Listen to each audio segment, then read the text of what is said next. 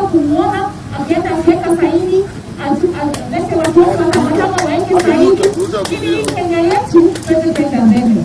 Na kitu kingine nataka kumuuliza, kama na support Uhuru Kenyatta, the most important thing sasa ni support the nation. Kwa sababu huwezi kusupport Yusuf. Kama na support BBI, you have to support the nation. Kwa sababu BBI ni mtoto wa nation. So there's no two ways about it. This country is bigger than all of us. 2022 hatujui kama tutakuwa hai. Kuna corona. We don't know what will happen tomorrow. Kuna vitu vingi sana inaweza kutendeka maishani.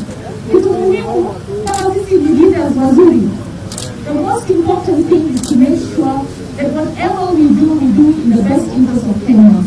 Revolution ni mtoto wa baba Raila Amolo Odinga.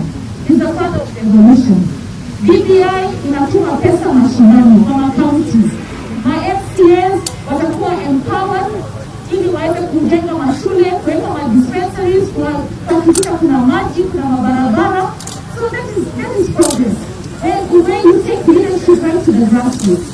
Sahii tukiwa hapa with all the coordinators of Nairobi County, hata wale waingiza ambao wako hapa, we are all on the grassroots working in the various constituencies and wards to make sure we get the required number of signatures. Mimi nikitoka hapa naenda Roysambu.